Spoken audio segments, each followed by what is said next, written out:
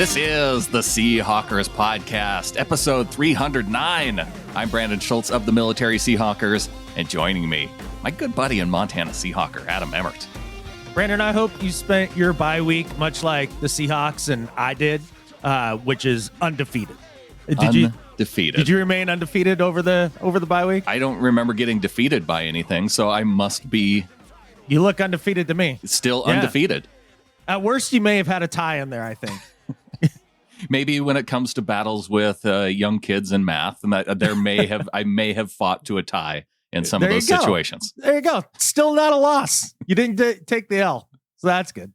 That is good. And yes, the Seahawks are still 5-0, and each team in the NFC West now has 2 or more losses. So thanks to the 49ers for beating the Rams on Sunday Night Football. That helped in the standings, although it felt kind of gross. Like watching that game, and it's just a weird experience because the sports hate for those two teams is so high that something good happens to where you are looking forward to the potential outcome that thing would lead toward, but yet you can't cheer because it feels gross. Yeah, I felt like every time either team had the ball, I was rooting for failure. Even though I wanted the stupid Rams to win that game, but it was impossible. It was impossible to root for them. Yeah. And or the Niners, right? That's where I was rooting for. Sorry. See, that's how I know, it's so confusing. Yeah. It confuses me on the inside. I don't like it. But no, every time the Niners had the ball, I was like, Jimmy's going to choke here. Jimmy's going to do something stupid. Catfish Jimmy. And I couldn't help it, man. Yeah, it's just a weird experience. And I guess we're fortunate now that all those teams have 2 or more losses in the loss column. But coming up here on Sunday against the Arizona Cardinals, the Seahawks get their first chance to take down a division opponent. And it's a place where they've been able to take down the Cardinals. What is it now? 6 out of 8 times with 1 tie and 1 loss being Russell Wilson's first game of his NFL career. Right, which he took him down on the last drive of the game, and he almost won it. If it weren't for Braylon freaking Edwards dropping the game-winning touchdown. Yeah. So Russ is locked in there, no doubt. Now, if we can just get out of that stadium with everybody healthy, that's really all I'm looking for is just to get away from that, Indian burial ground that's underneath that stadium that is cursed. They did it last year. That streak is over, and there's never going to be another serious injury there again. All right, perfect. Oh, well, now I feel a lot better about this game because we are definitely beating the freaking Cardinals. Well, we can get more into that coming up. We can talk a little news before we get started. Mychal Kendricks coming back to the Seahawks, signed to the practice squad. Okay. So him and Snacks just hanging out on the practice squad together. Yeah. Okay. Well, that's cool for them, I guess. It's interesting you mentioned Snacks because he was a couple teams, because he is on the practice squad, teams are allowed to approach them and potentially sign the players off of the practice squad. And he said, no, I'm good. So that's cool. Hey, man, do you think Snacks is doing the backup QB thing where he's just like, man, holding this clipboard, sweet. I keep getting them checks. I don't have to get hit.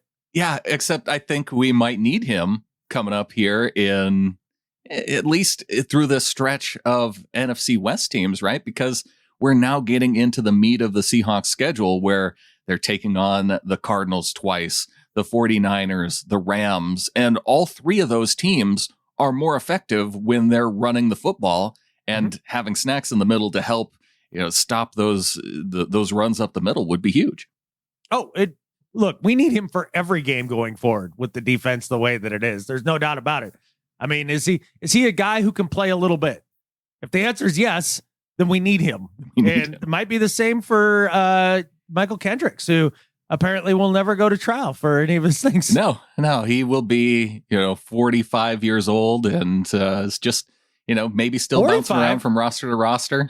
I think 45 is optimistic, man. He's probably going to be more like 96 when they finally get around to, doing the Mychal Kendricks trial. Well, speaking of guys who could help this team a little bit, Yannick Ngakoue, who Seahawks fans were, maybe considering as a potential pass rusher in the offseason, a trade from Jacksonville to get him up to Seattle. He ends up getting traded to the Minnesota Vikings. Well, now with the Vikings not really in competition in that NFC North, the Vikings decide to get rid of him, send him to the Baltimore Ravens, Adam, for a 3rd-round pick and a conditional 5th-rounder. I did not see that. Wow, that was a short stint for Ngakoue there. 6 games. Wow. Huh. So for a 3rd and a conditional 6th, is that what you said? Conditional 5th. Well, considering the absolute lack of production that he gave him over the course of those few games, I mean, he had 4 sacks, I think, in those 6 games. Yeah. I mean, that's not a 1-game 4-sack performance like you get from Chandler Jones out of the Cardinals. Sure. So basically, he has 4 more sacks than Clowney on the year. Is that right? Yeah. Okay. Initially, I think if you would have told Seahawks fans, because, okay, a 3rd-rounder from the Vikings, that's still going to be a pretty low 3rd-round pick. And, well, for one, the Seahawks don't have a 3rd-round pick because they sent it to the Jets for Jamal Adams along with the 2 first-round picks. So the Seahawks would have had to send a 2nd-round pick. They probably get out of sending a conditional 5th-rounder, but a 2nd-round pick for 10 games of the season for Yannick Ngakoue. I know it sounds good because the Seahawks need that position, but then you get to the draft and you are waiting around until the 4th round to actually make a selection. Yeah, but then again, in this next draft here, without really much college football being played, how much do you know about these guys coming out? I mean, I think these draft picks for the upcoming draft are probably some of the more worthless draft picks that you could have, right? Maybe not worthless is the right word. Maybe more of a crapshoot than even normal. I think you would want to compile more draft picks. But then again, if you send a 2nd-round pick, you can't be trading out of that 2nd-round pick to get more draft picks. Or you go the complete opposite way. You get rid of the draft picks for known quantities. Sure.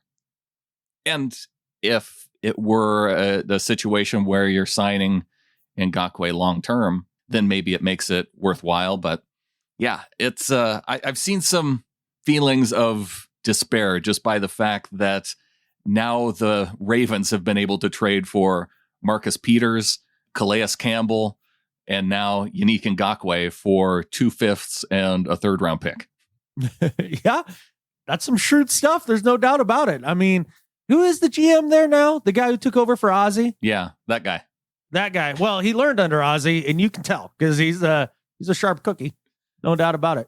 There's other moves to be made out there. I know up on field goals, Ryan Kerrigan of the Washington football team, one of those suggestions because he's at the end of a contract year. Melvin Ingram at the end of his contract year with the Chargers. A couple potential guys, maybe.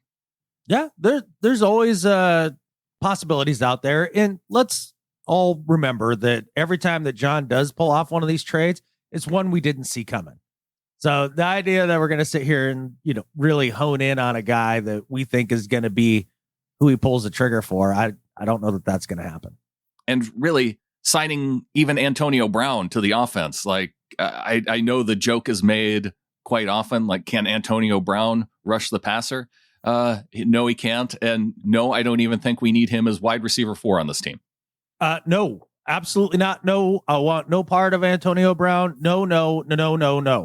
The offense is not broken. Okay. We don't need to bring in some freaking head case. Well, maybe he's got it all together. Sure. Maybe. Yep. Yeah. That usually trends back into the right direction for guys. Like when they start descending into madness. Yeah. I don't ever really see them pulling out of that on the regular, especially for receivers. That usually goes one direction to Badsville. And that's where Antonio Brown is. No. And once they do start to get it together in terms of their mentality and approach, as could I be a compliment as far instead of being the star? That's usually when their performance has declined to the point to where they aren't that impact type player. Go back to Terrell Owens, where it seemed like, okay, he's kind of figured things out, and here he is on the Seahawks, trying to make the roster in preseason, and then he just wasn't good enough to make the roster. Yeah, well, and then there's a lot of that there, but. Another example of that would be the Ravens yet again. I mean, they're going to probably bring in Des Bryant, it sounds like. It is, yeah. Who couldn't get separation 3 years ago and is now, 46 years old? I don't really see that. Michael Irvin's not available at this point to come back? Jeez Louise. Yeah, not looking good. No, I don't have any desire to see Antonio Brown. I mean, let's see what happens when Josh Gordon gets in the building, Dorsett's foot heals up, whatever it is. They're fine at receiver. Yeah. So I just don't see the need for it, especially when you could go out and spend a couple bucks on defense possibly still. And hey, maybe the big surprise move from John Schneider and Pete Carroll is going to be a whole lot of nothing. Maybe they think that getting Jamal Adams back from injury, getting Jordan Brooks back from injury, getting Taylor back from injury. We haven't seen a second of him, right? And we haven't heard much about his recovery. Yeah. I mean, he was the big draftee to rush the passer. Maybe they kind of believe that with all that, they're going to have enough to generate just enough pressure and just enough turnovers to give the ball back to Russ and win by a score. I mean, that's got to be the mentality. Is not so much they're going to stop him on any given drive. It's more just, can we make 3 big plays a game? How about this, Adam? A lot of people picking up on the fact that the Seahawks roster, it now lists 7th round draft pick Stephon Sullivan, where remember there was some question about whether he'd be tight end, whether he'd be wide receiver. Mm-hmm. They list him at wide receiver when he joins the team. Well, now he's on the practice squad and he has a position change on the Seahawks official roster, now listed as tight end / defensive end. Interesting. Okay. Well, he's one of those freaky athletes. Who knows, man? Could be a developmental guy. The Seahawks do pull that off now and then with those late round draft picks. I mean, we saw them try to do it from defense to offense for years there, right? With offensive linemen with one success. Maybe they'll have better luck going this direction. I don't know. Well, it would have been hard to see Sullivan making it onto the roster as a wide receiver at this point, and even really as a tight end with the depth that they have there. So maybe this is his one route that he has some skill at in some way. And Will Dissly was a guy that made the transition from defensive end to tight end while he was at Washington. So right, yeah, I guess maybe it's not so crazy, but maybe it's crazy enough to work. Hey man, I'll take anything that is outside the box when it comes to fixing the pass rush right now, man. I'll take crazy all day on that level, just not at wide receiver. I'd love to see Pete Carroll go total mad scientist and like cook up something that nobody's really ever seen before. And they're just like, wow, who knew you could do that? Like take a tight end and turn him into a DN. And all of a sudden, 10 years from now, we're talking about how everybody is looking at basketball players to be defensive ends instead of tight ends. You never know. You just never know at this point. I'm just saying it might happen. Yeah, I'd put money on it. It's probably a high percentage chance that this is going to be a home run. I don't know who I would put money on when it comes to ranking the NFC West, especially behind the Seahawks, because looking at the, well, why would you spend any time ranking it? If you're not first, Brandon, you're last. There you go. So the Seahawks are in first and the Rams, Cardinals, and Niners are all catfishing last. Well, I'm curious though of who we have to worry about, I guess, is the big concern. Mm-hmm. And maybe the answer is none of them. But the Rams, I was starting to think that they might be the next best team. But then they went and lost to the San Francisco 49ers. Their 4 wins are over NFC East teams still. Right. They've lost to the Bills and they've lost to the Niners. Right. So trying to rank them, you'd almost put them at the back end just based on their strength of victories, right? Just being over NFC East teams. Because you look at the 49ers, they only have 3 wins. 2 of those wins are over the Jets and the Giants. Not real strong teams. Nope. But they beat the Rams in their latest game. So maybe they're back, Adam, as San Francisco 49ers fans are saying to themselves after that win against Los Angeles. Yeah, okay. They still lost a bunch of dudes on defense to injury. That's not going away. And as far as who the second best team is in the NFC West, I would probably still go with the Rams at this point, only because Aaron Donald in that defense. That defense is a formidable unit, and they have, and they always do, terrorize us. And so out of all of them, that's probably the one that I fear the most. With Joey Bosa going out, I don't fear that Niners defense the way that I used to, especially with Buckner being gone and the corner play has been subpar. Somehow they put it together against the Rams. But again, I don't think that was all that difficult once you figured out They just run crossers and boots. I think even Robert Salah can figure that one out, right? Uh-huh.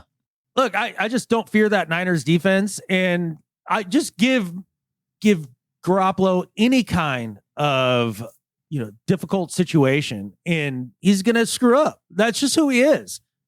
And they don't trust him, and they don't have as many running backs as they used to. The Niners just don't scare me. The Rams, to me, probably just, again, because of Aaron Donald and company, they can just wreck Russell Wilson's day. He does it all the time. Or is it now the Cardinals, who their 4 wins, 2 of them over NFC East teams, Dallas, Washington. They beat the Jets as well. And they beat the 49ers in the opening game of the season for them. So who also beat the Rams. So if you're ranking it that way, maybe the Cardinals are the second best team in the NFC West right now. Yeah, I've watched a fair amount of Cardinals so far this year. And, I thought the defense was better than I originally had estimated. And, after watching it, I kind of take that back. I mean, they are a very mediocre defense. I don't see a lot of specialness there. Now, as far as the offense goes, I mean, teams have kind of figured out you do the muddle rush, right? Like I watched a couple teams do this with Kyler, and let's not get it twisted. The Cowboys didn't do any of this because they have terrible, terrible coaches. Right. But you kind of do the muddle rush with Kyler. You try to keep his scrambling to a minimum, and you just squat on the underneath stuff, and he might hit one deep one to D-Hop all game, and then that's it. The rest of it is going to be 10-yard hitches, 8-yard slants, bubble screen. It's as predictable as the day is long. Get your hands up, and you basically stopped the Cardinals offense, and you said, well, do we need snacks to slow down some of these NFC West running teams, because they're all better when they're able to establish a run. The Cardinals have a willful streak in them to just not have the running game happen at all. They don't care about it. Cliff Kingsbury could care less about the freaking running game. Well, against the Cowboys, they used it pretty effectively. 164 yards for Kenyon Drake on 20 carries. Murray had 10 rushes for 74 yards. Some of that scrambling. Who's the leading rusher on that team? It's Kenyon Drake. Oh, that must be after this last week. Yeah, because before I think it was Kyler Murray. There we go. Yeah. So he had his one aberration game that he has every year. Remember, there's always that one Kenyon Drake game a year, whether it was a Dolphin or a Cardinal, where you're like, wow, Kenyon Drake. I forgot he was awesome. And then he goes back to just being a dude.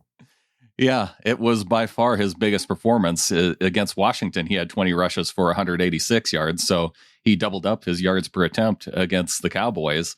And maybe that just has something to say about that Cowboys defense. And man, they are struggling. But the Cardinals defense able to turn over Zeke quite a bit. One of the things that I talked to Ed Smith of he does radio down there for the Arizona Cardinals. He played for the Falcons. They must pay him a butt ton to do that. I can't imagine anybody doing that willingly. You know what? It's probably just where he chose to retire was in Arizona. And it's like, hey, I could talk football and live in Arizona and live out my retirement. I haven't heard that directly from him, but that seems right. But he has to talk about Cardinals football. Yeah. And I heard him show a little bit of worry over the fact that he was picking the Seahawks. I don't know what Cardinals fans are giving him a hard time about, actually picking the Seahawks to win in a building where they've always won historically. That seems weird. And he saw this as a potential get-right game for Seattle in their running game and to really take advantage of that Cardinals defense, because other than turning over Zeke, really, they haven't faced a team that can run the ball effectively. And so that's what we might see from the Seahawks team against Arizona this week. Yeah, maybe. It is hard to know if this shift that we've seen is if they're all day, in. every day, every Sunday. Because I feel like it is. Man, I was listening to Russell Wilson on Bill Simmons' podcast from this last week. I don't see this team refocusing on the run anytime soon. Now, maybe they do a little bit better job of sprinkling it in, because when Chris Carson has run the ball, he's been very effective. And I'd like to see a little bit more of it, because I do think it would help balance out time of possession, which is going to be a huge deal. And that's another thing about this Cardinals team when we're looking at facing them. The one thing that does kind of worry me a little bit, they are such a dink and dunk passing team that they could sit on the ball a lot like the Vikings did, and just dominate time of possession that way, keep the ball out of Russ's hands, because that's the only way you're stopping him right now. Yeah, and that might be the way that the Seahawks defense wants to play it too. Keep them everything in front of them, keeping it short. You think?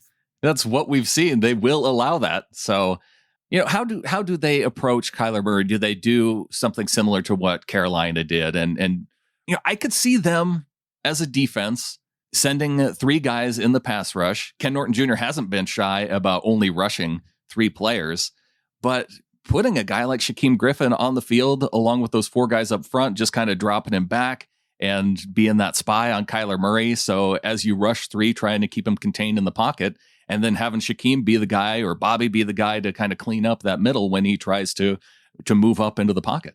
Yeah, well, the good news here is that the pass rush is so terrible that when it is implemented, if you just run your normal scheme, it looks like that muddle rush. Like you're not trying to actually get pressure. Yeah. You're just kind of staying in your gaps. That's actually what has worked well against Kyler Murray. And look, they don't even have to make any schematic adjustments here. Just try real hard to get at the quarterback, fail, but just stay in front of him. And like you say, have that one spy. I'd like to see Jamal Adams back out on the field. I think that's a huge part of eliminating, some of the run game and things like that Kyler Murray brings. I'd like to see Jamal back out there. I'd like to see Quentin Dunbar back out there because I think, this might set up well for him being that guy to, that doesn't play in press. But if he can drop back and kind of have his eyes on Kyler and get in front of a few of those throws to DeAndre Hopkins, I could see that working out well too. Yeah. I mean, the other thing the Seahawks need to do is put 7 guys on DeAndre Hopkins because it's pretty much the only dude he throws to anymore. Yeah, which is weird when you have Larry Fitzgerald on the team. Christian Kirk had that 80-yard touchdown reception last week. I get that. I mean, I know the Cardinals have had a explosive play here and there, but it's just not what their offense is, man. No, it's throwing it to DeAndre Hopkins, who has 600 receiving yards on the season. He's averaging 100 yards per game. And 14 catches a game. They're all like 6-yard outs. Oh, I know. Yeah. Yeah. It's crazy. And contrast that with DK Metcalf, who's right behind DeAndre Hopkins in terms of yards and yards per game. Metcalf has 22 yards per reception on average.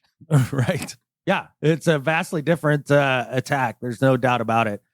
So, yes, it will be an interesting game. Yes, it will be another tight game because it's a freaking division game. And we always end up playing those close. Well, we play every game close, too, on top of that. So, I mean, It's not like I'm being some bold predictor here or, some provocateur. But I don't see anybody on that Cardinals defense in the back end that Russell Wilson can't tear up. Like, Patrick Peterson is far past his prime. Budda Baker is at a point. I mean, he's still a young in player. His prime now. He's still a young player, though. And I think that's a guy Russell Wilson can manipulate all day with his eyes and with his calls at the line of scrimmage, things like that. It's easy enough to neutralize him. And, that Chandler Jones guy that everybody thinks is good. I mean, he's hurt. He's out for the season. Oh, is he? Yeah. Oh, thank God. That's how much I paid attention to Chandler Jones. Yeah, and, he has torn biceps. He just had surgery on it, so he's out for the season. When did that happen? I think it was the week prior. Oh, okay. I was watching a little Mark Schofield breaking down one of the things the Cardinals like to do on 3rd and long. They've sent out 6 linebackers onto the field with 5 defensive backs, no defensive linemen. And they'll rush maybe 3 or 4 linebackers and drop a couple into coverage and attack teams that way on those 3rd and long plays. Kind of interesting. Has it been effective? It has been effective, but nobody has tried running the ball on 3rd and long, which I wonder. I could see the Seahawks actually doing that and trying it and maybe having success. I don't know. The only thing that scares me about that is Pete might actually see that when he's doing film study this week. And that's like a wet dream for Pete. All the linebackers, put them all on the field. Put them all on the field at once. Why do you think Kendricks just got brought back? Well, he saw that on tape and he was like, dudes, We can throw all the linebackers on the field at once. Who cares about defensive linemen? We don't need them. Yeah. Cardinals tend to have bigger linebackers, though. Yeah, that helps. So I think they have more of the ability to pull that off than the Seahawks might. Maybe. The one thing about this Cardinals game, though, this is the first time they'll be tested with that type of offense, with the speed to the edges. That's the bummer thing about this, is that I feel like the defense in the offseason was built around stopping teams like this, the Rams, the 49ers, with the acquisition of Jamal Adams, the drafting of Jordyn Brooks, and now with Brooks and Adams hurt, I don't even know if we're going to get to see how that will play out against the Cardinals. Right. I mean, and you literally named the two most important additions to the defense to try to address that problem of being ran on to the outside. And I don't know. I haven't seen anything about either of these two dudes, whether or not we expect to see them here this upcoming week. I think there is some hope that maybe Jordyn Brooks could be back. He was limited in practice on Wednesday.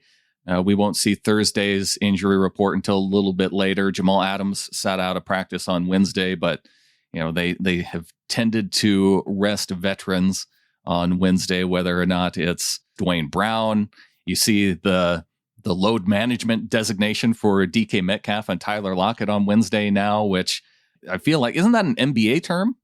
It was. Now it's permeating all of sport. But the best part about load management in the NFL is they just miss the practices that we don't watch. Whereas in the NBA, they actually just take games off. Right. There's not showing up to play. And they call that load management. Yeah. They call that Kawhi Leonard being a wuss. That's who started this whole phenomenon, huh? Yes. Kawhi Leonard? Yes, Popovich and Kawhi Leonard. Yeah. Okay. It wasn't Kawhi Leonard so much. I would say it was more back in the Ginobili, Parker, Duncan days. Oh, and yeah. Pop would do this all the time. Well, yeah, missing a Wednesday practice, it's weird because, sometimes they'll say resting vet, and that's initially what they were doing with Metcalf and Lockett, and now they're saying load management. So I think it's the same thing. It's just a fancy term.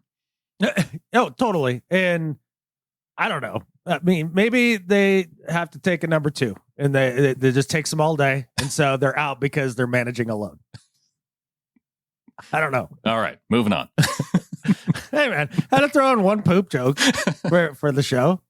You did get that in there. Yeah. I have a question for you, Adam. Okay.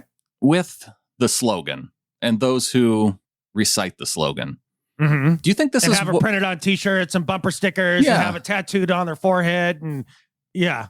Do you think this is what they intended, or do you think they wanted more? Because coming into the season, you and I predicted that Russell Wilson would have more attempts per game, that they would throw the ball a little bit more. And that's what it's worked out to. It's not this drastic 40 attempts per game for Russell Wilson. It's really gone back to more of what we've seen in the 2016, 2017 seasons of the Seahawks, when they really just didn't have that much of a running game anyway. And so Russell Wilson was throwing the ball more. But, really 2018 was that total aberration where they started out throwing the first two games against the Bears and the Denver Broncos, and the offensive line wasn't good enough. So Russell Wilson was getting beat up. They dialed it all the way back. Russell Wilson finished that 2018 season with just over 26 attempts per game on average, which was a lot closer to his 2012, 2013 average than anything else in his career. He got up, he was averaging 32 attempts last year. Now he's back up to 34 attempts per game. Right. So it was a little less, I think, the idea of the slogan being, hey, he's got to throw it a bunch more. I think the idea more for those folks, if I understand them correctly, it's more about situations. First and second down, not running in second and long. Correct. Yeah. So instead of run, pass, run, pass, run, pass, they just wanted to see that mixed up a little bit more, get a little more aggressive early in games, start calling shots a little earlier in games. So it's more about an aggressiveness in the passing game in terms of situational football instead of just sheer volume. I just want to get one thing straight with what you're saying. If we were advocating for Russ to throw a little bit more per game on first and second down, And what I heard you say is that proponents of the slogan, that's what they were suggesting. Does that mean we're both on the same page this offseason? It's funny. A lot of people, they seem to think there's these huge differences in things that maybe like people are just saying the same thing, just slightly differently. And I think we all wanted them to throw it a little bit more on first down and, but still run the ball. Yeah, I still think that the Seahawks are a better team when Chris Carson is getting a good amount of carries in a game. Hell yeah. And it keeps the ball in our hands, the whole time of possession thing. What's that? I go back to the Vikings game. Was there such thing as time of possession? Is that important? Yeah. Well, apparently not as much as we think, because they still won. But the thing about time of possession is when we have the ball, that means it's more Russell Wilson that I get to watch. I just feel slighted when they're not on the field all that often. Yes. More Russell Wilson on the field is a better thing for everybody. Well, if you are for the slogan, I mean, let Russ cook. I mean, this just gives you more of a bigger meal, right? If you have the ball longer. Probably. Yeah. Because he's cooking longer? There's more cooking involved. Yeah. Bigger dishes. Well, I thought it was important to clear that up just because of how the statistics are playing out. And they are 5-0.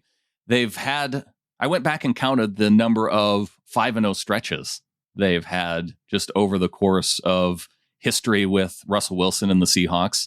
They were able to do it in his rookie season in 2012. That great stretch of Seahawks football where they were beating teams. Arizona Cardinals fans will remember the 58-0 game that was in Seattle. That was one of the highlights from that 2012 stretch. Yeah, that was a fun stretch where they just beat the brakes off of everybody. Yeah, Buffalo, they went in and dominated up in Toronto. Russell Wilson, during that time, it was 23 attempts per game over that 5-game stretch. Well, they were doing a lot of read option that year. I mean, that was kind of that year. I mean, if you remember RG3 at that time and, guys like that, where all of a sudden this, read option stuff was out there. And these NFL coaches were like, wait a second, why are they running college things? And they couldn't figure it out for about 4 weeks. And Russ just torched them with it. Then in 2013, week 6 to week 10, the Seahawks ran off 5 victories after losing the one game to the Indianapolis Colts in week 5. Russell Wilson averaging 26 attempts per game. 2014, they had the run at the end of the season where they won 5 in a row, 28 attempts per game for Russell. And then in 2015, up to 30 attempts. So you see it climbing as Russell Wilson takes over this team more from 2012 to 2015. And then they had the stretch 2016, 2017, where they never won 5 games in a row. 2018, they didn't win 5 in a row that year either. But 2019, 31, 32 attempts per game. They're just doing it a little bit differently than they were earlier. And it's because of Russell. And I just thought it was interesting that now they've had 6 seasons out of Russell's 9 where they've been able to run off these 5-0 stretches. That is interesting. Well, and they do get hot in stretches, right? We've obviously never seen them be this hot out of the gate. I mean, being that it's 5-0 for the first time ever for the Seattle Seahawks, but it's one of those things where you don't really see a stretch in that schedule when you're looking ahead, where you're like, oh, they could go on a 3-game skid here. It just doesn't feel that way when you start looking over the rest of the schedule going down the future here. I mean, I don't know that this is going to be the only 5, 6, 7 game winning streak that you're going to see this year. Yeah, especially when you look toward that tail end of the schedule, where I think this is getting into the most difficult stretch because 3 of the next 4 games are on the road. 4 of the next 5 games are against division opponents. And like I said, I don't even know how to gauge the strength of the Seahawks wins. I do think that they're stronger victories because they beat the Dolphins and they beat a Cowboys team, I guess, more toward full strength than the Cardinals were able to beat them last week when they were facing off with Andy Dalton. Yeah, they had their freaking quarterback. Yeah. Yeah. And New England, I don't know if you can, I don't even know if you can say that that's a strong victory at this point either. So this is going to tell us a lot about the Seahawks team and how they're able to win over the next 4 or 5 weeks. Yeah, and then you start looking at some of the other teams around the league that are on the upcoming schedule here. Now, we both kind of have stated that we're not big believers in the Cards or the Niners, right? And that's your next two games. But then the Bills after that, right? And the Bills were that other sexy hot team that everybody was talking about, and Josh Allen having his big start. And then you see the Chiefs put the wood to them this last week.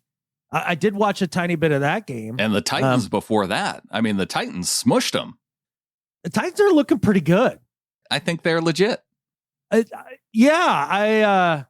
may have to eat all the crow that I talked, with all the shit that I talked about Ryan Tannehill and then giving him money. But yeah, you might have to. It turns out when you bludgeon people with Derrick Henry for 4 quarters, it makes it real easy for Ryan Tannehill to go out there and just hit 10 throws. Yeah. And he may be a little bit better than we thought too. You see guys leaving Miami, and all of a sudden that they turns out they might be good. Leaving Adam Gase to be more, to be more specific. But yeah, I think I'm gonna just start calling Vrabel Pete Jr. Oh, okay. Because this looks like old school Seahawks football, man. The Titans going to be a team to watch, and there's now 3 undefeated teams left. The Titans, one of them. The Steelers, the other. Those 2 teams play this weekend. That'll be a fun game to watch. And then the Seahawks are undefeated. I need to watch that Steelers team because I've heard a lot of I haven't watched any Steelers football this year. Why would you? Because it's the Steelers and we all hate them for the proper reasons. But I've heard a lot of different people that I trust say wildly different things about the Pittsburgh defense and what that team really is. There's some folks that just are not a believer at all. Other people that think that they are super legit. I know the Titans are legit. Okay. Mm-hmm. So I'm very curious as to how the Steelers perform in that game. That's going to tell you a lot. Yeah, that's going to be a fun game to watch. It's going to be in Tennessee. The Steelers go on the road to Tennessee, on the road to the Ravens the next week, and then they get to finish that off with a road game against the Cowboys. But next 2 games are going to tell us quite a bit about the Steelers team. Oh, for sure. And again, I don't know that home and away really makes a big difference this year. Not right now. No, not for the rest of the year, Brandon. You think there's going to be 30,000 people in a stadium by the time the Super Bowl comes around? I bet they can pack them in. People? I bet they can pack 30, or they may just pack the entire stadium when it comes to the Super Bowl just because it's in Florida. Just when in Florida, behave like a Floridian. Sure. Yeah. Do some math and some crazy catfish. Make poor decisions. Wrestle a gator. Yeah, we can. Let's make a list over the break, Adam, of all the things that we would do if we were in Florida. We'll come back after the break and we'll welcome some new members of the flock, and we'll get into some do better and better at life. All right, man. Getting into the second half of the show. As we were talking about all the fun things that we wanted to do down in Florida while we were chatting over the break, Adam, the Seahawks came out and said that no fans for November 1 against the 49ers. Neat or not neat? I don't know. Don't care. I think it's important. You know me. I tend to be superstitious. I may be even a professional superstitionist. Yeah. Would it be like a statistician, a superstition? Am I a professional superstition? Well, I mean, you perform professional superstition-y things. I think it's on your LinkedIn profile, isn't it? It should be. If it's not, I'm going to update it if it's not there. Okay. The Seahawks are undefeated at home. And as they continue to be undefeated at home, then no fans until the Seahawks lose at home. Right. Yeah. So anybody that has been doing one thing as a ritual throughout this season where the Seahawks have gone undefeated, Keith Ketover. If you have say a blue Russell Wilson jersey. That was Eric. That was Eric. Oh, that was Eric? Yeah. Oh, I thought that was Keith for a second. Oh, all right. Well, never mind. Eric, this is you, buddy. If you've been wearing the blue jersey and we've been undefeated, what are you doing? Yeah. You don't change jerseys. No, you stick with what works. I understand it was a gift. He posted in the Ring of Honor that he had gotten a very, very kind gift of a much uglier it's his first wedding green anniversary, right? So congratulations in order for Eric. Yeah, absolutely. Unfortunately, he ended up with that the tacky green jersey. And he thought about wearing that on game day, but he'd been wearing the blue one this whole time. So like, what are you doing? It'd be like me not wearing the same hoodie for the game every week. No. Yeah. Yeah. Well, I will say that when I got picked to be on that Sunday Night Football thing for the Vikings Did they game, even show you? They showed me pregame. I think I may have been caught on the TV on the screen because there was a screen up at the game to where you could see me.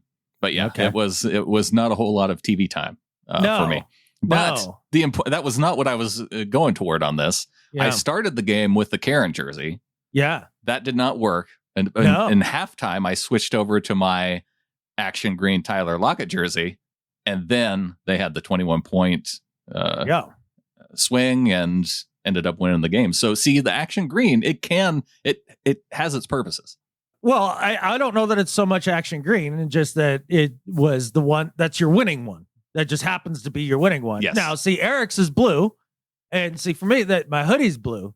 And see, I had started the game in one of my other Seahawks hoodies, but I had taken in the truck with me to the top of the mountain to watch the game.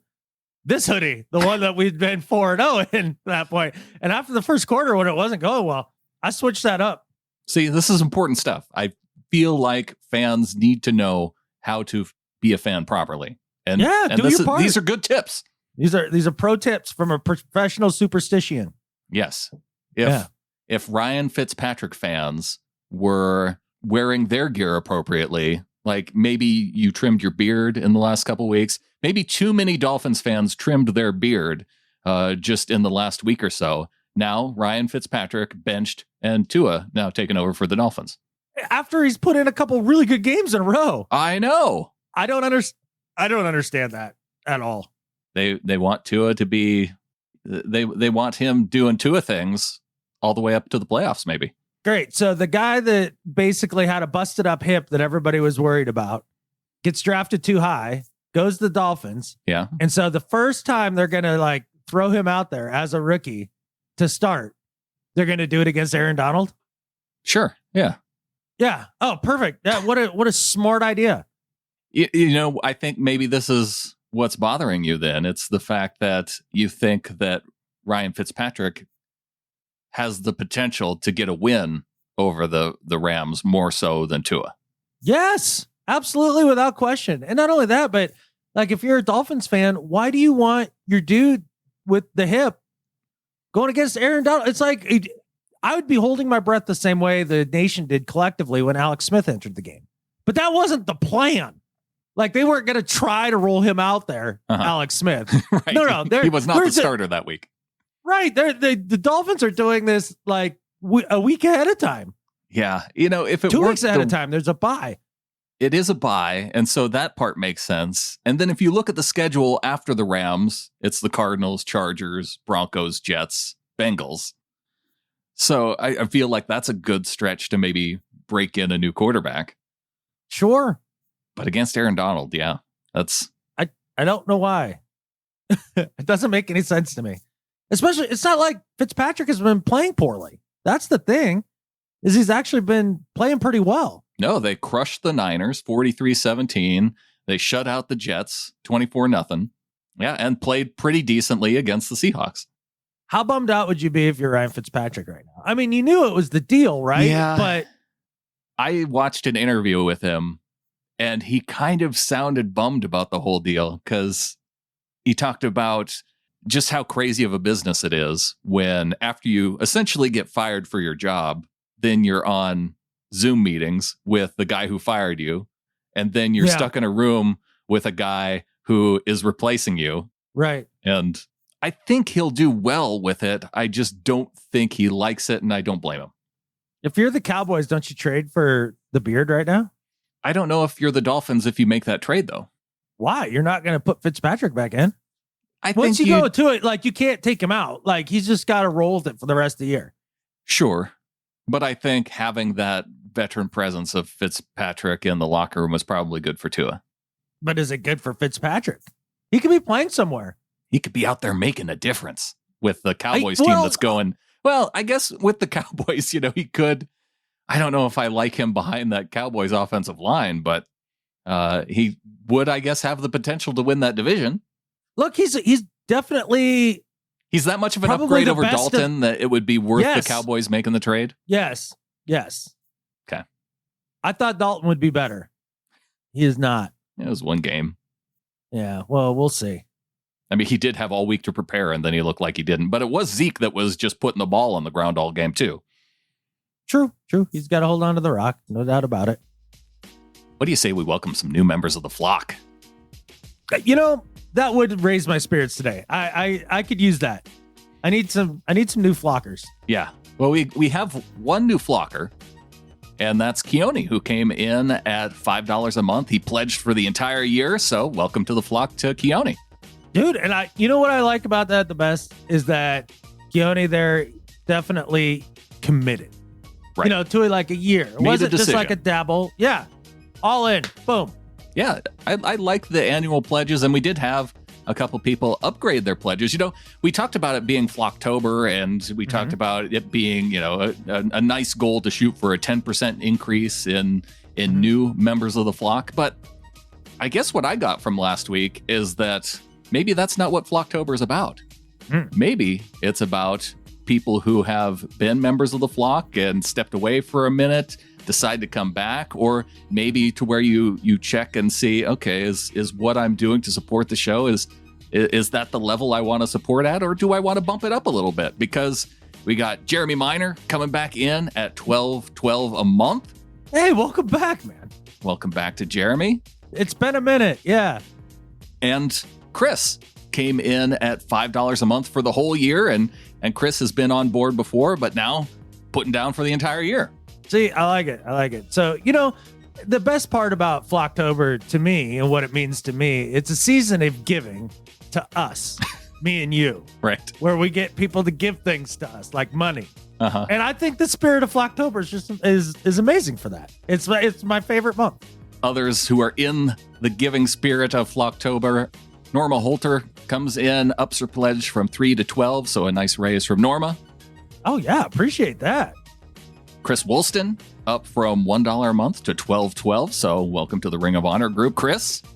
Okay, Norma and Chris, they're going big. Yeah. Like, they not just up in just a little bit, like going whole enchilada, Ring of Honor style.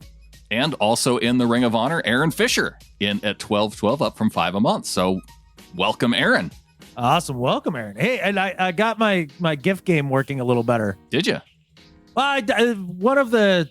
Oh, I did see the Clint Eastwood hat tip. I got one. I did it. I did the gift. Everybody was very proud. I no more so than myself. I can tell you that. I was so proud a button popped right off my chest, like right off my shirt. And Adam upped his pledge from $1 to the $5 club in our Patreon group. So thank you to Adam. Yeah, Adam's clearly a badass. He's got a badass name. Yeah. He knows how to support the show in badass ways. Right. And, he likes his badass quarterback and the badass Seahawks. So, I mean, what's not to love about a guy named Adam? And making you feel better on a day to where I made you drive from the cabin on icy, ruddy roads back to your normal podcast studio so we could get a show in this week. Right. But this may be the final podcast from this room. And got to let that hang just a little bit. Yeah. No, I wanted to scare everybody there just for a second. The internets, they're coming. They're supposedly coming tomorrow. Don't jinx it. Hey, it's on the schedule, man. I got confirmation, the whole thing. And I said supposedly. That's enough of a qualifier. Absolutely. Well, that could be very exciting, especially for you and not having to. You'll be able to watch football from your mountain home now. My hope is to watch the Seahawks this weekend from my actual living room in my cabin in the woods. Ooh, it's very exciting. Gulch football. I'm hoping for Gulch football this weekend. Gulch football? Does that mean we might do a Gulch post-game show? I don't know. Maybe just a little test. A little test. A little tester-isky? Yeah. Well, the good news is that the lady friend is going to be at work all day, so she wouldn't have to listen to it. That's a bonus for her. Yeah, that's what I'm saying. Yeah, it's better for our relationship. Okay. Well, we won't set anything in stone. Okay. Well, yeah, that's how I do. Right. So I appreciate that. Okay. Yeah. We also appreciate our executive producers, Dustin Mock and Brian Shaw. Thanks again to them. A million thank yous. There's never enough thank yous. And the thing is, the reason why we mention them so often is that they, out of everybody, they Flocktober the hardest. Yeah. In that spirit of giving to us. And that's what I like. I appreciate them for that. They are just flocking the Tober like crazy. Yeah. Yeah. Whatever that means. Well, I'll let you decide. If somebody told you they were flocking the Tober, what would be your the first mental image that comes up? That that may be a good question to put out to everybody because I don't know. All right. What does it mean to you when you are flocking the Tober? Maybe it means you're going to tinypiecesofseahawksstuff.com and putting in a Go Hawks there to enter to win this month's Tiny Piece of Seahawks Stuff, which is Russell Wilson and Doug Baldwin with a little piece of wolf gray jersey and white jersey. Heck yeah, man. If you have that in your house, if you win that, you'd be flocking the Tober. Every time. I mean, maybe, per se. Hey, that's just one of the ways. That's just how you view it. Well, maybe. I don't know. Just a thought. Well, the Jordyn Brookings Institution in our Pick'em League is flocking the Tober. He was the Week 6 winner of the Pick'em League. That's impressive. I think I had my worst week. Oh, yeah? Because you didn't put in your picks? No, I did put in my picks. Oh. I just might as well not have. I think I only got like 5 or 6 right. Yeah, Disley Adams, 6 picks is what you got. Yeah. And I got 8 picks. And so now I am... tied, yeah. How does that work? It says, we are tied. We both have 53 picks correct now. There we go. It's after the bye week, and you and I may as well be starting 0-0 in the pick'em. That's right. Now it's on for the second quarter of the season. You remembered to put in your Thursday pick. I'm literally doing it right now because Leo was kind enough to remind me in the Ring of Honor. Now I feel like I'm the one reminding you, though. No, it's well, okay, fine. You both get credit. How about that? It's the multiple reminders that made it so that it happened for me. And I'm appreciative of it. Who are you picking for the craptastic Thursday night game? I haven't looked yet. What is the craptastic? Oh, wow. Philadelphia at home against the New York Giants. I'm going to go with Philly. Okay. But I don't love it. I picked Philly too, so we'll still be tied after tonight. Yeah. So congrats to Jordyn Brookings Institution Week 6 winner. I have got some more prizes on order, and I'm going to be opening up the prize selection here probably pretty soon to our first few weeks of winners. You always do good with that. Thanks. Our former Pick'em League champ, Gary Blum, responding to last week's show, said some key takeaways for the flock from last week's podcast. 1, I sell life insurance for a living.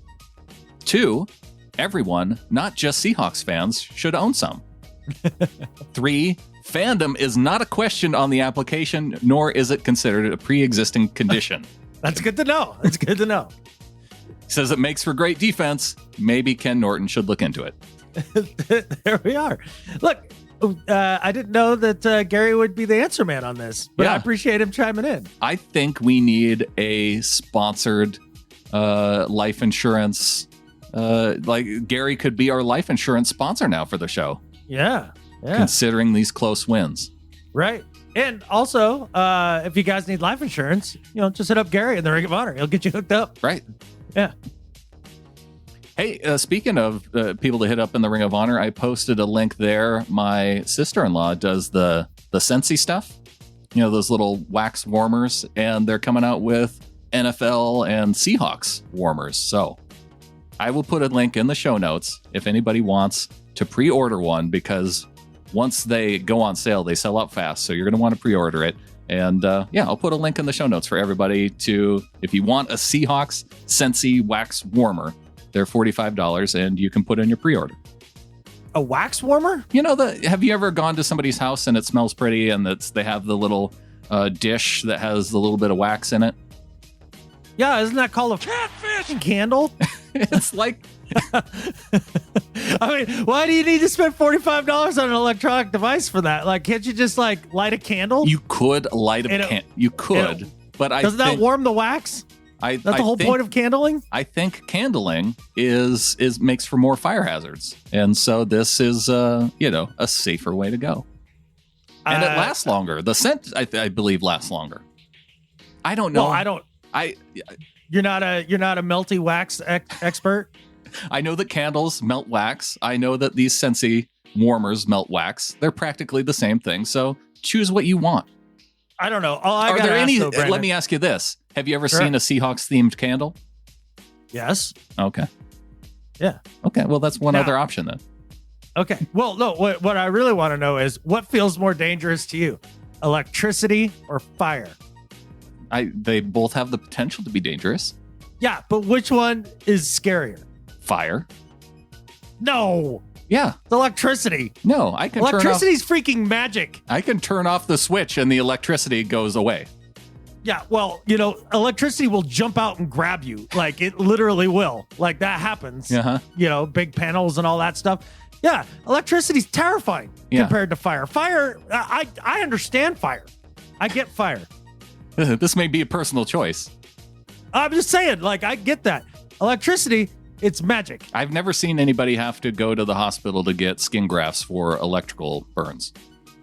Really? No, I think you just die. That sounds worse. You don't even get the skin grafts. You're dead now. These are the important things that we need to think about. This is why I don't make any decisions for anybody. Pick the one that works for you and do that. I like that your answer to the problem here, your solution is more freedom. You do you. You do you. It's very Montana of you. It works in most situations. I'd say, a good 85% of the time. Yeah, I think the first line of the Constitution of Montana is just don't be a dick. Yeah, the Will Wheaton approach to constitutioning. There we go.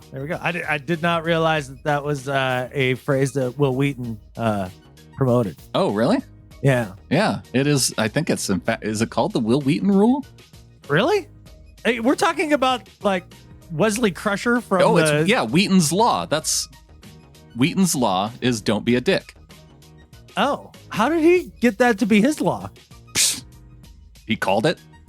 He must have been cool about it, I guess. Yeah, wheatonslaw.com. Hey, keep getting them checks, Will Wheaton. I haven't seen you in anything for a long time, so I'm sure you could use them. He was in Big Bang Theory for a long time. Yeah, that's a show that I could not watch. That's your problem. No. It was for my benefit. Speaking of benefits, it is to our benefit that we should get the answer from Jeremy on the trivia question he called in with last week. All right. Yeah, I'm ready. Hey, Brandon and Adam. This is Jeremy from California, and I'm just calling with my answer to last week's trivia question. I know it was kind of easy.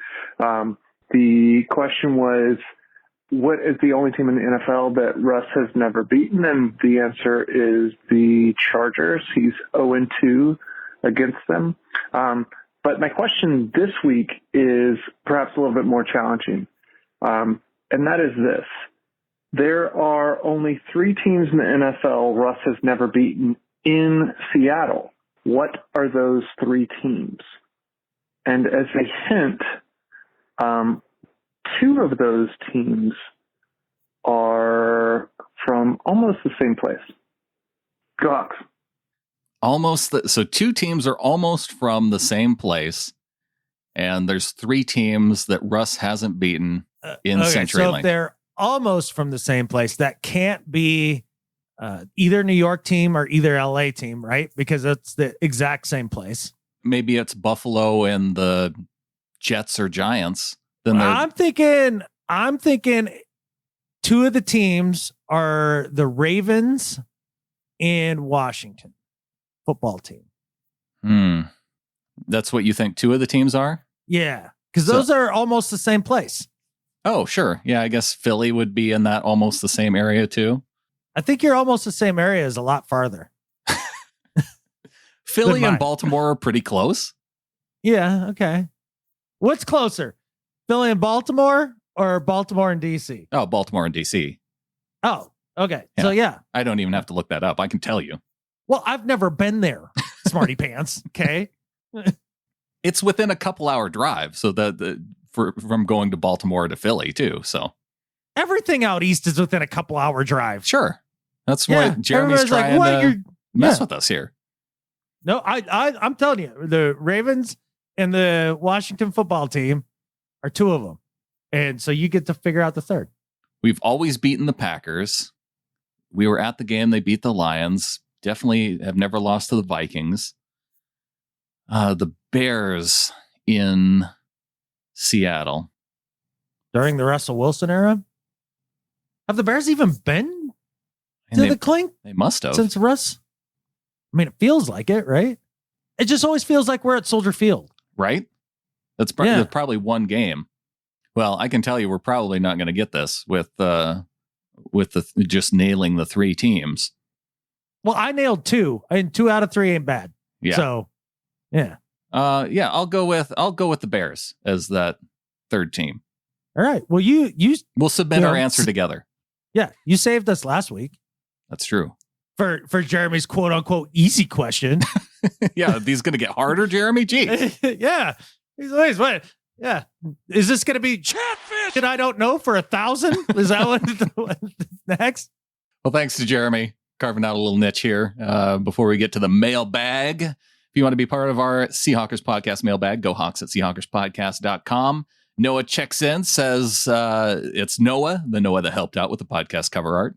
Just wanted to say hey, and that I'm still an avid listener. Actually started my own NFL podcasts, and I have podcasts like yours to thank for it.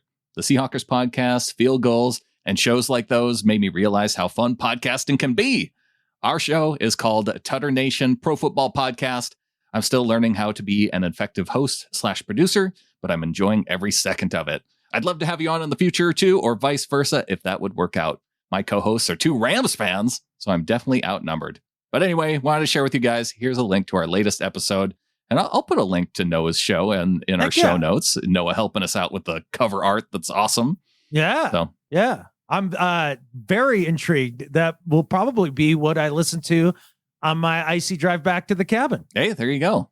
Yeah. 2 Rams fans, though. I feel like that's not selling no. very well. This is opposition research. And so when I go on the show, I can extra eviscerate the Rams fans. Nice. Yeah. Because I'll know some of the, dumb things that they've said already. Yeah. Yeah. It must be exhausting for Noah to call that stuff out every single week. Look, man, some of us are out here doing God's work, and Noah's one of them, On to do better and better at life. All right. My do better this week is for Mark Ryan. And Adam, there are some bad takes on Twitter, but you have to be really bad if you host a radio show in South Carolina and your bad takes are getting amplified to those of us on the West Coast. Yeah, that's a long ways away. Yes. Yeah. You have to have really bad takes for it to radiate that far. South Carolina is not in the area of Washington. No. And not almost the same place. I think I may have found one of the worst takes in the history of sports takes. Everyone knows, Adam, that your favorite team is the Seahawks. Mm-hmm. What would you say is your second favorite sports team? Sports or football? Sports. I'd say probably the Boston Celtics. This sports take means that you have to turn in your sports fan card. Oh, yeah? Yes, according to the gatekeeper of sports fandom, if you're a true fan, you accept all of the city's teams. So if you're going to be a fan of one team in that city, you have to be a fan of all the teams within that city.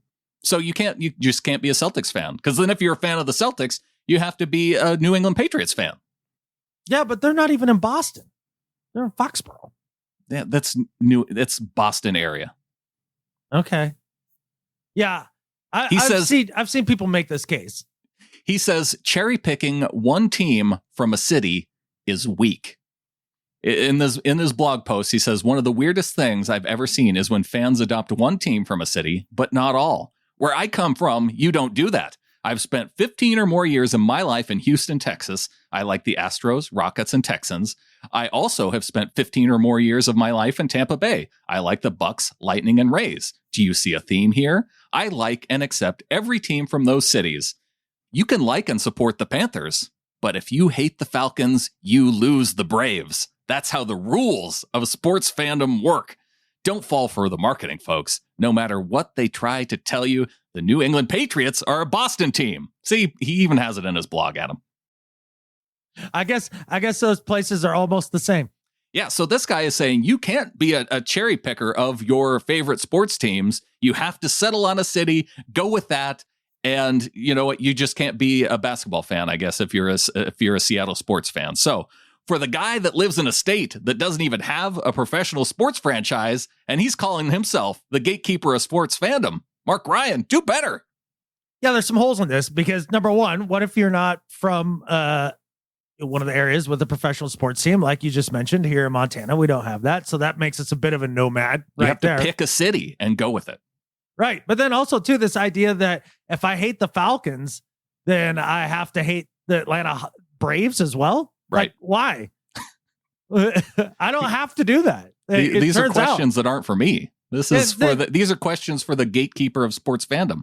And here's the other thing: as a diehard Seattle Seahawks fan, I do find myself I'm getting in on the ground level with the Kraken. Like I'm very excited about that. I think this is when I'm going to learn hockey and appreciate it. You know, I just have never been into it. I think it's a sport for me though. So I'm excited about the Kraken. And like you mentioned, Sonics are gone. And I love myself too much to be a Mariners fan. I don't need that aggravation in my life. It's tough being a Mariners fan. Yeah. So because I have firmly put myself now in fair weather Mariners fan category. Oh yeah. Because when they come back and they're good again, then I'll get back into it. There you go. Oh, absolutely. I mean, that's basically where I fall with it too. Like if I'm gonna follow a baseball team at all, it would be the Mariners, I guess. But I probably wouldn't bandwagon to another team just to enjoy baseball. Yeah, I just have a hard time finding a way to enjoy baseball. I'd rather watch golf on TV. Oh, well, yeah. I'd rather I watch wouldn't say it like that though. I would rather watch golf. Yeah, I mean, literally just about anything. I'd watch curling before that. I'd watch figure skating. I just like golf on TV, but baseball's so freaking boring. All right, well, don't alienate all of our Mariners fans. Well, they don't have to dislike baseball too. I'm just saying I don't like it, and if you do, there's probably something wrong with you. But good luck with that. Or you're 85 and you live in Tampa. Okay, I'm about to change my do better. All right, man. Well, before you do that, I'm going to sneak mine in here. My do better this week is for the company Ring. You know, the one that makes the doorbell with the little camera thingy in it. Uh-huh. Yeah. Okay. Which is already a little creepy, Oh, you don't have one of those up at the cabin? No. I do have a trail camera hidden up there though, that I check periodically. So if you did happen to, walk by like a Sam Squanch or something like that, like I know you had been there. Okay. But I don't get wildlife camera. Things. Yeah. Well, this company has come up with literally the worst idea I could ever think of when it comes to all of these home electronics that we're seeing. Like the Siris and the Googles and all the things in your house now that are always listening and recording everything and reporting it back to the government and all that. Selling you out. I don't know about that last part, but yeah. No, that's what they're doing. They are. So this is their latest cool invention. Ring latest home security camera is taking flight. Literally. The new Always Home Cam is an autonomous drone that can fly around inside your home to give you a perspective from any room you want when you're not at home. Oh, yeah, it's just going to fly around only when you're not at home? And you've got a creepy flying drone buzzing around your house spying on catfish. This is totally the takeover of the machines. That is one of the most terrible ideas I've ever heard in my life. A flying spy in your own catfish house. So to ring home security company, do better. Okay, can I tell you how American I am about this idea? I think it would be amazing if you put something that can fire bullets on that. And then that way, if you have a home intruder, then your home drone can take out the home intruder. Yeah. But then I think about Terminator 2, and I think that's probably a terrible idea. Yeah, no, because it might start to consider you the home intruder. You don't know. It could have a bad day identifying things, right? And or maybe you just didn't shave for a couple weeks or whatever it is. Like this thing. So for the low price of $249.99, you too could have a flying spy in your house. And maybe arm it, like Brandon suggested. What could go wrong? How much for the weapon armament attachment? I think that's going to be a custom job. Oh, okay. So like you probably have to figure that out on your own. And it's pretty small, so I'm guessing you'd probably have to go with like a single shot 22 or something. Be like a one shot, one kill thing. With a 22? Yeah, don't underestimate the 22. Okay. Well, I guess with the robot aim, it does okay with that. Robot aim? The robot's not going to miss. You don't need robot aim to hit things with a 22. I'm just saying if you are trying to protect yourself and your home, you might take a shot that misses the first time. Yeah. Whereas the robot isn't going to, it doesn't have feelings and emotions yet. Right. Yeah, no, that's true. So it may not miss the first time like a person. It's just recording yours everywhere you go. Like an annoying spying mosquito. On to Better at Life. Thank God, because that's just, I don't understand. My Better at Life this week is for Adam Rank. That's right. The Adam Rank who just a week ago said the Rams are the best team in the NFC West. And I probably would have put it in my Do Better last week because as he was power ranking his teams, you saw the article that went out that said, sorry, undefeated Seahawks and Packers, the Rams are the NFC's best team. And in his article, he said, that's right. In this moment, 5 weeks into an unprecedented pandemic-shaped season, the NFC's best outfit is the 4-1 Los Angeles Rams. And even in there, he said, if you want to respond with LOL, they're the best team in the NFC East, that is fair. After all, each of the Rams' 4 wins have come against the downtrodden division. And the fun thing is I went back and looked at Adam Rank's preseason prediction, where he predicted all of the Rams games. He had the Rams starting out at 4-1 in his preseason prediction. So things were going perfectly according to Adam Rank's plans from the preseason, then through 5 weeks of the regular season. The problem is that they even confused himself as to, tricking him into thinking that they had a good team. He had the Rams finishing the season going 7-9.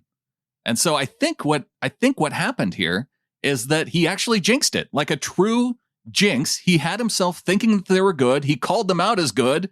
And then now it's going the correct way as he predicted within the preseason. So for Adam Rank, jinxing the Rams to get back on track to his original 7-9 prediction, better at life than Skip Bayless. Yeah, that's a sneaky jinx. I know. The unintentional jinx is maybe the hardest to pull off because of the unintentionality of it. And what's creepy is I'm watching my email come in, Adam. Yeah. I just got an email about the Ring video doorbell being on sale. Really? Yeah. Do you have a flying ringy drone in your house right now that fed that information back to the, I mean, it could have been my Amazon device. It probably was. It's probably she who shall not be named. Oh, yeah. That sold you out. I think they're in cahoots together. Like for real. Yeah. Ring and they Amazon. Are in cahoots together. Yeah. Ooh, creepy. See how World War III starting? What I said about arming my Ring drone, not going to do it. I'm out on that now. Yeah, maybe give it like Nerf guns. Would that be fun?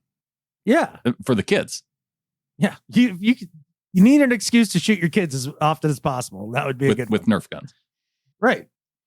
Who do you got for Better at Life? My Better at Life than Skip Bayless this week is for none other than Bruce Irvin. He took to Twitter the other day, seemingly out of the blue, just to throw out a little tweet just to get everybody's attention. And it went something along the lines of, and Clowney still got the same amount of sacks as me on the year. Just saying. And I just thought that was hilarious. Like, pointing out the Clowney's done pretty much nothing for the Titans up through 5 weeks, which is about the time this came out. And, Bruce blows out his knee, tied for sacks. Still. So for Bruce, still bringing enjoyment to my fandom while being sidelined with the knee injury. Better at life than Skip Bayless. I appreciate the shots at Clowney. I did enjoy. He had shots for Clowney. He was shooting all kinds of shots on Twitter the other day. Bruce Irvin is a fun Twitter follow. You should get back on Twitter and just follow Bruce. Nope. Okay. Definitely not going back on Twitter. No, not even for Bruce. Not for no one, dude. You see the important tweets. That's the thing. You got the important one from Bruce. It made its way to you. That's exactly it. Yeah. And, I enjoyed it, but since it happened on Twitter, it still doesn't really matter. What? Yeah. Even if it makes its way off Twitter to you? Even if it's a tweet from the President of the United States, if he says it on Twitter, it doesn't matter. I think that's actually been legally determined now. Has it? Oh. The courts. Hey, who said all the courts make bad decisions? Huh? And with that, there's only one thing left to say. Go Hawks. Go Hawks.